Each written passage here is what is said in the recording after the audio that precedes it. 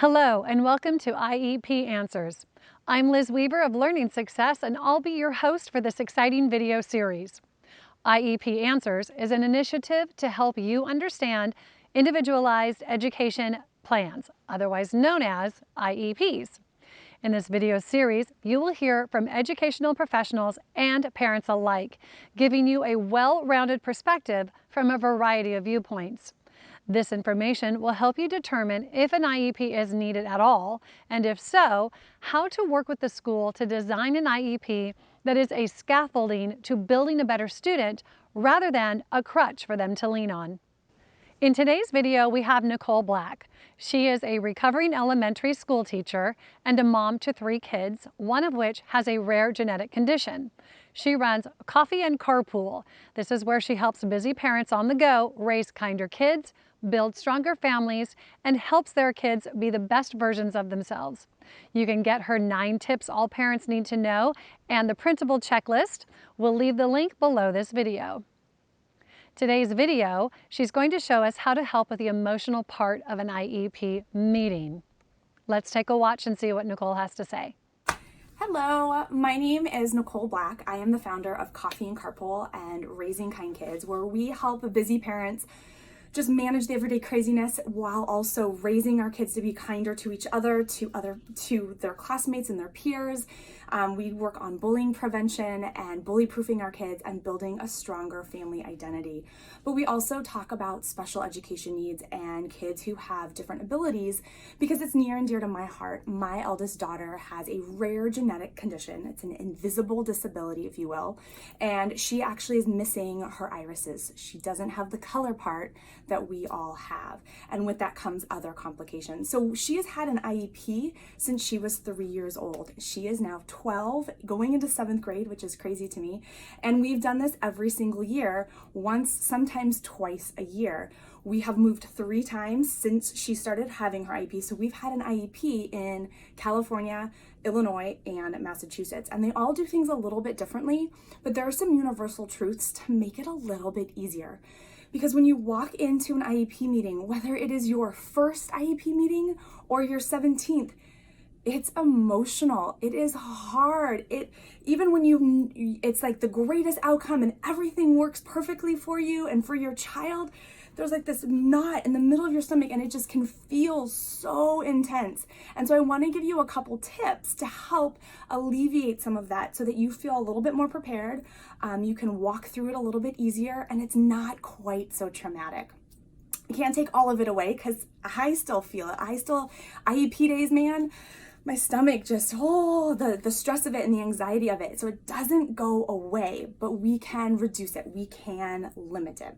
So the first thing I want to share with you is when you walk in, they're going to give you a big stack of paper. It's your parent rights, things you need to know. And it's a lot of mumbo jumbo, a lot of, very fancy words, and it can be really intimidating. And you have to sign that you received it and that you understand everything in it, but you're given 5 seconds to look it over. So ask for these rights ahead of time, before the meeting. Say that you want to read them before you come in. You're going to find nuggets in there. I went over it one time with a fine-tooth comb, and I actually didn't even do it for me and my daughter. I did it for a girlfriend. She was asking me a question and I didn't know the answer, and so I carefully read through it. I found things like you don't have to sign the IEP if you don't agree with it or if you want some time to go over it. You can record the IEP meeting if you give them a certain amount of time warning and you do it in writing. Read through it and find the things that are going to be helpful for you. You can bring in an advocate with you with certain, like if you let them know ahead of time. There are things that you can do before to prep if you have these rights. So ask for them before your first IEP meeting. The second thing you need to know that really helps me is I'm an ex-elementary school teacher. I was in my fair share of IEP meetings before I became a mom. And what you need to know is that educators, we go into it because we love kids. Okay, 90%, 98% of us go into it because we love kids. We genuinely want to see them succeed. So go into this IEP meeting knowing that these educators who get paid very little for what they do are there because they love their profession, they love children, and they want to see your kids succeed. Going in knowing that puts you on the same side. Like literally you are fighting the same battle. You want what's best for your child. They may come at it in a different direction or have different ideas, or maybe they're seeing it from a different perspective, but they want what's best for your child. If you go in with that assumption, it's going to be a lot smoother. But with that being said, you also need to know that you are a part of this IEP team. You are a valuable member. All of these educators, and they're great at what they do, and they've had years of experience, and they have, maybe some letters after their name. You are the expert in your child. You know what your child needs, and they need to hear what you know. So if they're suggesting something and you say, wait a second, that's not going to work, and I can tell you why, they are going to listen to you. They should listen to you. They have to listen to you.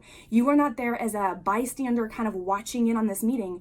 You are a valuable part of this team, and you have a say. And if you don't like the outcome, you don't have to sign the IEP. You can go through mediation.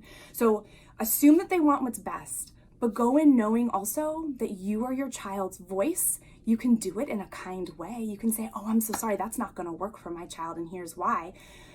But you can still get your point across and make sure your child's needs are met. Also, when there's an IEP, usually because there's so many moving parts to how many people's schedules need to be rearranged to make sure everybody's there, they back to back the IEP meetings. And after a long day of IEP meetings, that can get kind of tedious for the people who are in all of them.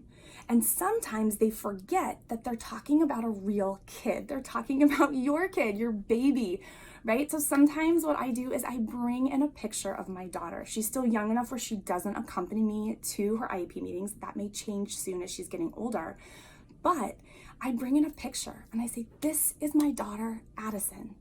This is what she loves. She loves to dance and to sing and to bake, and she's a Girl Scout, and she loves, loves, loves reading. This is what you need to know about her. She's a real kid.